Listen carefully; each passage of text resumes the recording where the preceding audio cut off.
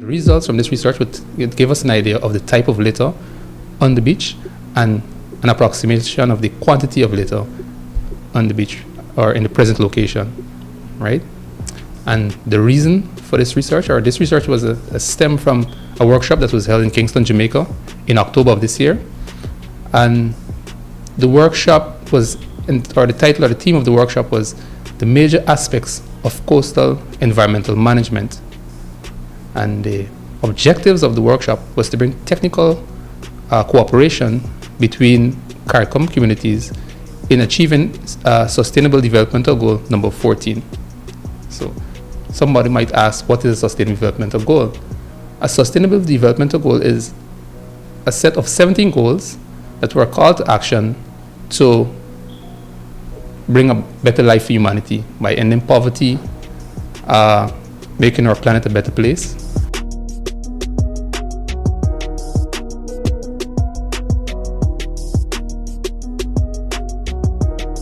The first thing, we identify an area on the beach of interest. Then we run a transect or a parallel line along the beach. We split that line up into not six equal spaces, but 6 spaces, and each space or each box, the measurement of each box is 3 meters by 3 meters, which is approximately 10 feet by 10 feet. Then the researchers would go into the individual box, separate the type of litter, paper, metal, plastics, and we'll then be able to say how much type of litter was in that box. So if each box, we do the same activity. Then we gather the information, and we'll be able to say approximately the total type of litter on the beach, and approximately how much litter is on that specific beach.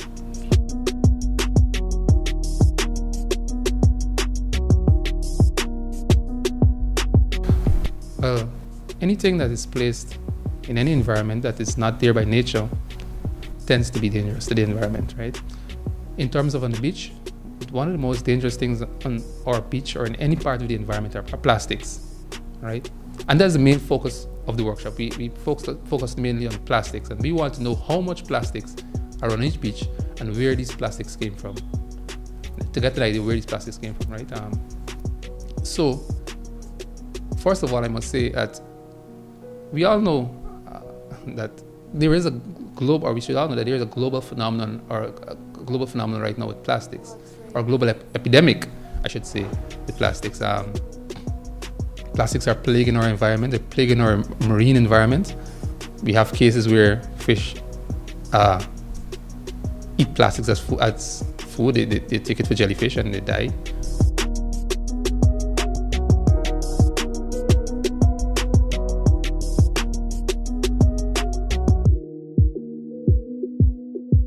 Plastic is a good material, right? It's good because it's durable, and it's also bad because it's durable. When we throw away a plastic bottle or a plastic spoon, where does it go from there, from our bin?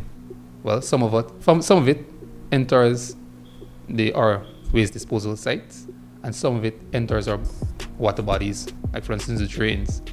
If at any one time you go at any cocoa sluice, when the door is closed, you would see the amount of plastic bottles that are backed up behind cocoa doors. So when the cocoa doors open, these plastics enter out into the river and then into the seas. And what happens? When plastics enter into the sea, they move along with the currents. Some of it end up along our coastline in our mangroves, and some of it end up in gyres. Now, gyres are a huge body of current. There are 5 gyres in the world. It's a huge circular body of current. So the plastics end up on the outer rings of the gyres, and then they move towards the center of the gyres, right? And when these plastics are exposed for a long period of time to salt water and sun and all the other environmental elements, they tend to disintegrate. After a long period of time, they tend to disintegrate and break up into small pieces, right? And this is when the plastics become very dangerous, because fish and other marine life like birds see these plastics and they eat them and they die. Also, what happens small fish consumes the small particles of plastics, and this plastic dissolves into the bloodstream of that fish, right? Contaminates that fish bloodstreams, and then a bigger fish can eat the smaller fish, which increases the amount of contaminants in that fish body. Then we humans can catch that fish, and we can eat that same fish, and that amount of contaminants from that fish will transfer now to our body, and this would cause cancers and all other ailments.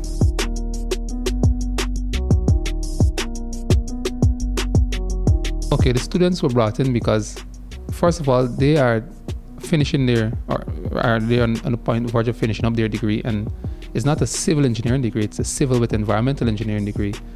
And we, as a ministry, we always try to collaborate with the university students in executing research projects, or it's our desire to include them.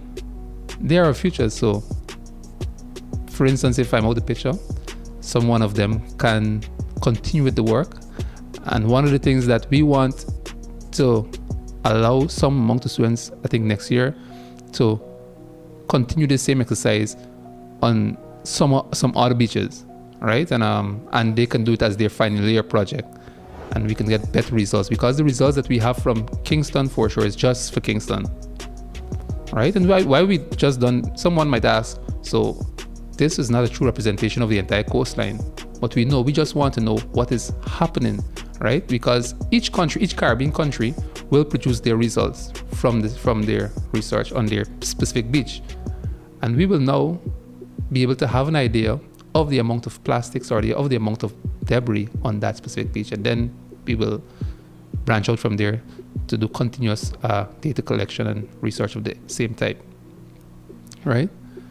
Now, the data from this research, we will present this data to CARICOM and to ACS, the Association of Caribbean States, and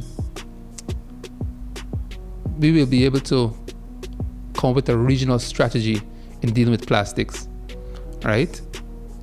And when this regional strategy will include legislations, general legislations, and then each country can tailor that legislation to suit their individual needs, right? Because every country has their different needs. Some countries are tourist attractive, and while some are, so each country has their needs. So we will tailor suit the legislations for individual countries, and try to implement them for the betterment or the ridding of plastics and the conversion from plastics to other sustainable used material.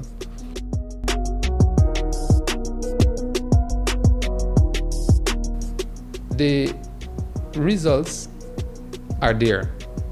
The raw results or the data there is no secret, so we can make that data available to those who want it. However, as I said, the data will be able to drive the formation of legislation, right? And the man in the street, he's going to be able, because the legislation is going to affect the man in the streets and how he operates, right? So, and the legislation could affect him in positive ways. For instance, there will be room for entrepreneurship because there is money in plastics. Plastics are recyclable, and in other countries such as Haiti, persons are paid to accumulate and recycle the plastics. We can do similar in Guyana and see how we can implement it here. Also in Germany and these other developed countries, there's an issue. There is no plastics found because of the same thing. Every plastic bottle has a price to it. So the man in the street picks up that bottle, takes it to a vending machine, places it in there, and he has some form of revenue for his effort.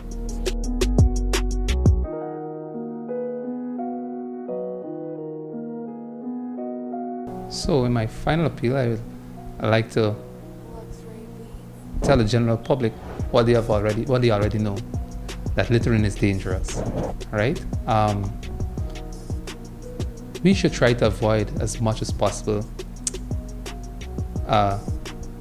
or try to control the way we dispose of our garbage, and we don't have to have a legislation to govern us, to tell us what is it to do. We know what is right from wrong.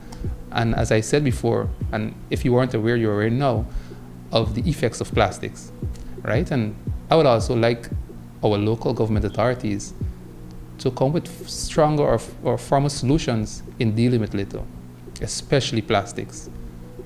And I would like to see legislations formed, and good legislations that can help our people to gain finances from the plastics that are there already, or from recycling, I should say, and to curb our attitude in disposing our plastics, right?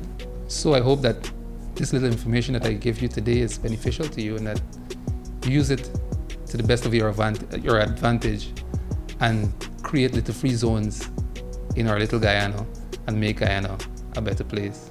Thank you.